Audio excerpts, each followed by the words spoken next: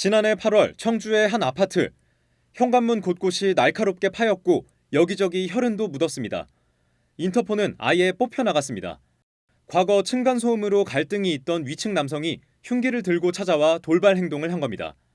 저희 현관문을 걷어차고 막 이제 문 열라고 막 하면서 손잡이 흔들고 이러면서 당장이라도 이제 문이 열려가지고 이렇게 죽는구나라는 생각이 들어서 너무 무서웠고. 피해자는 대인기피증을 비롯한 여러 정신질환이 생겨 직장을 그만뒀고 집안에 함께 있던 아내는 안면마비 증상까지 보였습니다.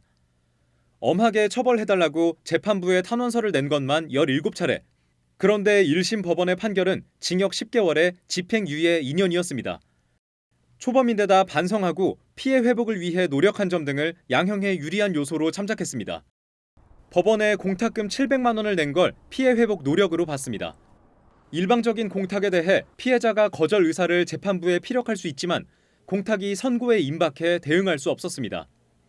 피해자는 사건 이후 가해자가 다시 달려들려 하는 등 지속적인 위협을 느꼈다며 법원의 판단을 이해할 수 없다는 입장입니다. 가해자가 정말 엄벌 받기를 바라는 마음으로 검찰과 법원에 엄벌 탄원서를 제출했는데 그렇게 무용지물이 된 것 같아서 집행유예를 주셨으니까 저희가 이렇게 주문하는 건 참.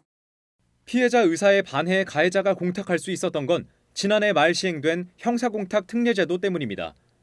이전에는 피해자 주민등록번호와 주소 등을 알아야 공탁을 신청할 수 있었는데 이제는 사건 번호만 쓰면 가능해진 겁니다. 피해자 인적 사항을 불법적으로 알아내는 등 2차 피해를 막기 위해 법이 개정됐지만 오히려 가해자의 감형수단으로 활용되면서 법 시행 이후 반년 동안 형사공탁 신청은 60% 가까이 증가했습니다.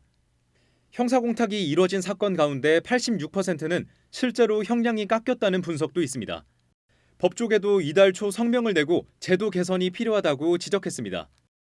사장하지 않으면 사실 이 피해자랑 아무 상관이 없는 돈이잖아요. 법원에서 피해자가 수령하지 않을 거니까 감경사를 삼지 않겠다 하고 집행유예를 안 때리면 많은 피해가 일어나진 않을 수도 있는 거거든요.